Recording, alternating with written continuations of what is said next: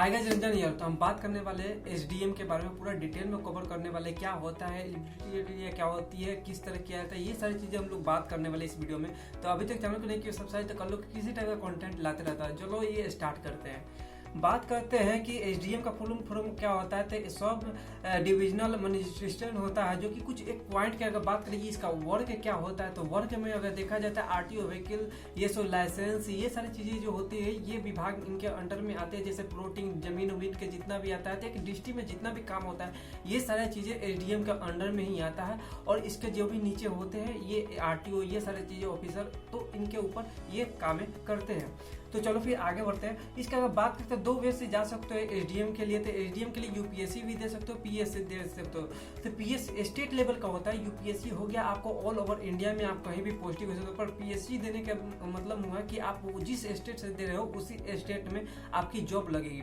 तो हम बात करें पीएससी की बात करें तो पीएससी में स्टेट में ओनली वन एक एसडीएम होता है, जैसे आईएएस आईपीएस जैसे होते हैं उसी टाइप के होते हैं ये। कुछ स्टेट की अगर बात करें जो कि पीएस एग्जाम लेते हैं, बहुत सारे के सारे लेते हैं। 29 जो राज्य हैं उसमें से अगर देखा जाए तो 22 से 23 राज्य हैं जो पीएस खुद के लेते हैं।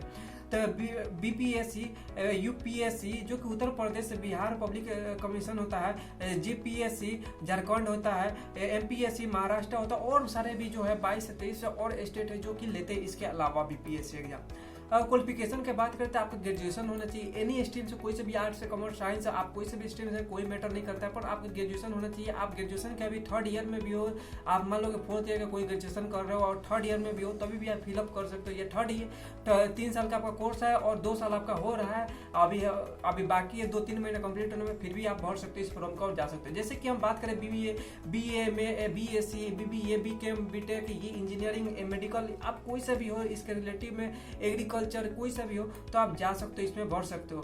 अब बात करें डिप्लोमा के, आपको कोई कोर्स किए हुए, मतलब होता है ना 12 के बाद आप 1 साल का डिप्लोमा किए हो, 2 साल का किए हुए, तो वो मान्यता नहीं होती इसमें, आप उसके लिए एलिजिबल नहीं होगे। आप इस बात को आप ध्यान रखना।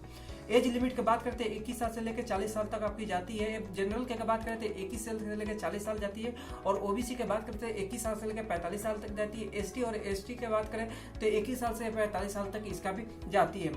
एग्जाम पैटर्न की बात करते हैं, इसका 3 एग्जाम पैटर्न होती है। ये एग्जाम पैटर्न में प्रीलिम्स होती है, मेंस होती है और उसके बाद इंटरव्यू होती है। अब एक एक करके हम लोग इसमें बात करेंगे। अगर नंबर अटेम्प्ट का बात करें तो आपका जब तक एज है, आप जिस भी आप कैटेगरी में हो, जैसे आप ओबीसी में हो तो ओबीसी में 21 साल से लेकर 45 है, तो उस बीच में आप कितना भी दे सकते हो, इस बात का ध्यान रखना।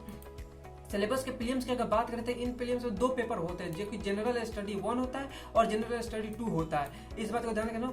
और 150 क्वेश्चन आते हैं, 200 मार्क्स के होते हैं। टाइम अगर देखे तो 2 आवर के होते हैं। जनरल स्टडी में अगर बात करें तो 100 क्वेश्चन आते हैं, 200 मार्क्स के आते हैं। टाइम अगर बात करें तो 2 आवर आते हैं।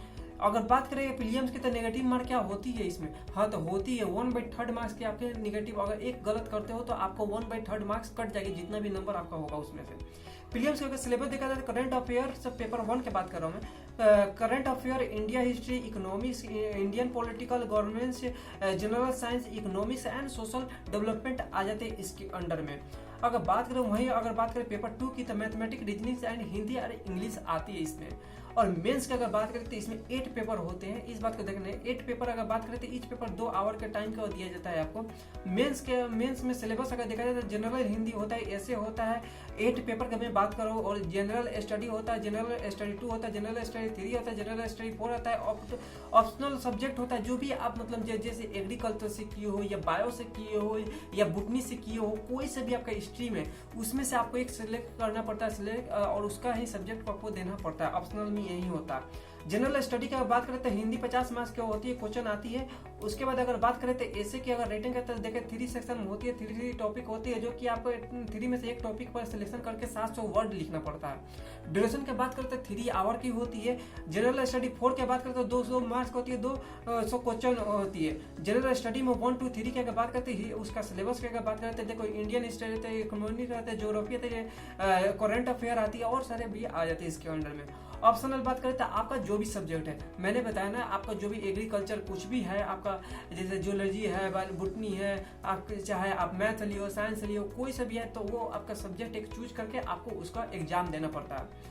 उसके बाद इंटरव्यू में अगर बात करें तो 100 मार्क्स की होती है लगभग में, अगर देखा जाए तो वो जो आपका पर्सनैलिटी डेवलपमेंट है उसके बारे में पूछा जाता है, आप कहाँ से हो नहीं हो, ये सारी चीजें इसके अंडर में आ जाती है। कुछ सिलेबस से भी पूछा जाता है, या आप जिस करंट में चल रहे हो उसी के जैसे जिस स्टेट से उसके बारे में ही पूछ लिया जाता है। सैलरी की अगर बात करें तो 56,000 की मिलती है और लाख तक चली जाती है, 1 लाख तक चली जाती है। डिपेंड करता है कि आप कितने साल है, एक्सपीरियंस जितना जितना होते जाएगा उतना आपको सैलरी इंक्रीज होते जाएगी। अलाउंस में अगर बात करें ट्रांसपोर्ट, सेक्रेटरी, ये सारी चीजें बहुत सारे इसके अंडर में मिल जाती है, तो इसमें टेंशन लेने वाली कोई बात नहीं है।